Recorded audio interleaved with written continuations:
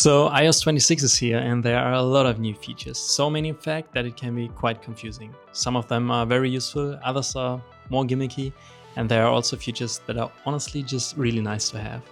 And in this video I want to give you a structured overview of what I think are the most interesting new features. So let's start with the most obvious one. With iOS 26 you can finally move the clock on the lock screen. This makes it much easier to match the design to your wallpaper. There's also a new glass clock style. You can choose from different preset colors and then adjust the transparency with a slider. That way you can go subtle with a soft glow or push it to a stronger look if your wallpaper is darker. And if you prefer no glass at all, there's still the solid option too. Widgets aren't locked. You can place them directly under the clock or leave them at the bottom. And with Photo Shuffle, the system automatically resizes the clock depending on the image. That means your lock screen adapts to each photo and always looks balanced. In general, this update makes the iPhone look more dynamic. If you choose a photo with some depth, you can now turn it into a spatial wallpaper. The subject pops in front of the clock while the background shifts behind it. As you tilt your phone, you get this kind of parallax effect that makes your lock screen look alive. Inside the Photos app, you can now convert any picture into a spatial photo, even if it wasn't taken on your iPhone. The phone separates subject and background, fills in the missing details, and lets you tilt to peek behind objects. It even works with old images, so you can revisit memories with a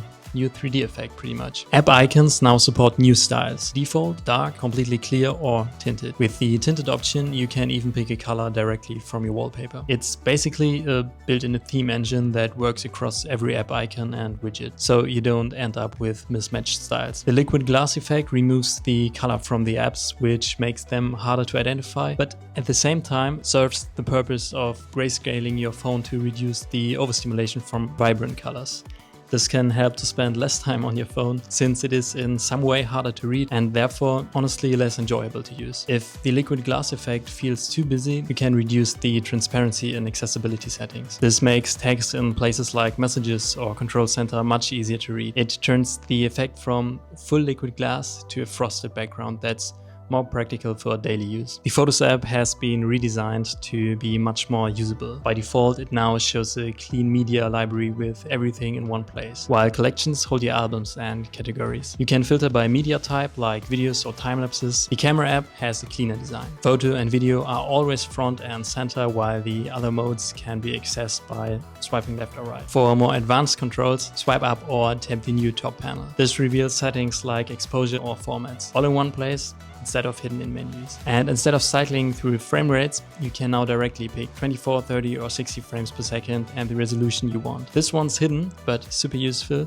For that, just go to youtube.com, search for your ringtone. I choose this GTA marimba style one, and then remove the UBE in the link. Then you come to this side, make sure you pull the slider down to under 30 seconds for the ringtone. Then you click here, here and here, and now you can just as easy as it should be, use your new phone ringtone. When you plug in your iPhone, you'll now see how long it will take to reach 80% and a full charge. It's a small change, but it helps you plan if you're about to head out. So after 18 years, you can finally set your own snooze time. The classic 9-minute snooze was just a carryover from 1950s mechanical alarm clocks, and I think this was a very nice detail to consider from Apple. However, with iOS 26, you can set it anywhere between 1 and 15 minutes. The alarm screen has also been redesigned. It's much cleaner and it's easier to stop or snooze compared to the old interface. The Bluetooth picker is now smarter. Instead of just showing your last devices, iOS lists all nearby devices, so switching between headphones or speakers is much faster. This is especially useful when you have a lot of devices. Quick Look or the Preview app has also been upgraded. You can now annotate or even sign PDF documents directly on iPhone without needing extra apps. It's pretty much like on Mac or iPad. In FaceTime calls, you can now change your microphone input. That means if you're using an external mic or headset, you can switch on the fly without leaving the call. Super practical for very important work calls or even content creators, let's say. So when you connect to Wi-Fi with a captive portal, like in hotels or cafes where you need to accept terms, iOS 26 now shares that login automatically with your other Apple devices. So you only log in once and your iPad or Mac connects instantly too. Apple Music now has also Automix, which uses AI to beat match songs and make transitions smoother, like having a built-in DJ pretty much. It works best with playlists and gives you a continuous flow of music instead of